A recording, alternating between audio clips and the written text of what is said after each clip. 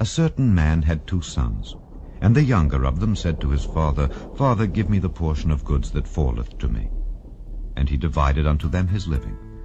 And not many days after, the younger son gathered all together and took his journey into a far country, and there wasted his substance with riotous living. And when he had spent all, there arose a mighty famine in that land, and he began to be in want. And he went and joined himself to a citizen of that country, and he sent him into his fields to feed swine. And he would fain have filled his belly with the husks that the swine did eat, and no man gave unto him.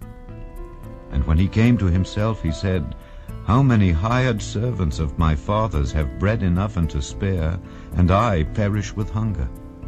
I will arise and go to my father, and will say unto him, Father, I have sinned against heaven and before thee, and am no more worthy to be called thy son. Make me as one of thy hired servants. And he arose and came to his father. But when he was yet a great way off, his father saw him, and had compassion, and ran and fell on his neck and kissed him. And the son said unto him, Father, I have sinned against heaven and in thy sight, and am no more worthy to be called thy son. But the father said to his servants, Bring forth the best robe, and put it on him, and put a ring on his hand, and shoes on his feet. And bring hither the fatted calf, and kill it, and let us eat and be merry. For this my son was dead, and is alive again. He was lost, and is found. And they began to be merry. Now his elder son was in the field. And as he came and drew nigh to the house, he heard music and dancing. And he called one of the servants, and asked what these things meant. And he said unto him, Thy brother is come, and thy father hath killed the fatted calf, because he hath received him safe and sound.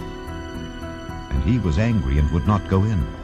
Therefore came his father out, and entreated him. And he answering said to his father, Lo, these many years do I serve thee, neither transgressed I at any time thy commandment. And yet thou never gavest me a kid, that I might make merry with my friends.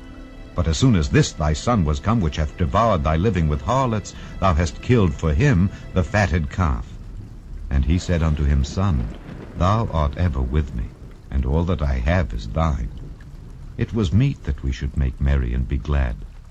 For this thy brother was dead, and is alive again, and was lost, and is found.